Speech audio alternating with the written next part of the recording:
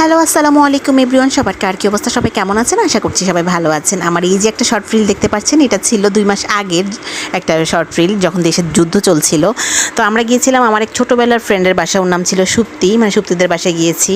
ও বাইরে চলে যাবে আর কিছুদিন পরে, এই জন্য ওর সাথে আমি আর আমার আরেক ফ্রেন্ড মুক্তা আমরা দেখা করতে গিয়েছিলাম। আর যাওয়ার সময় আমরা ছোটোখাটো কিছু গিফট নিয়ে গিয়েছিলাম, স্মৃতি হিসেবে যেন ওইটা সাথে করে নিয়ে যেতে পারে। এই জন্য আমি এই ফটো ফ্রেমটা দিয়েছিলাম।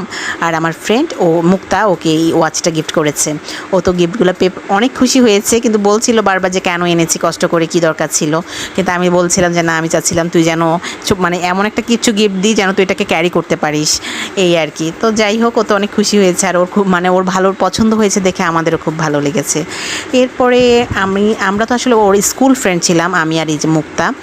আর কিন্তু ওর যাওয়ার পরে দেখলাম ওর ইউনিভার্সিটি লেভেলের আরও ফ্রেন্ডরা এসেছে ওর সাথে দেখা করতে, যেহেতু জুলাইয়ের 20 তারিখ ওর ফ্লাইট ছিল।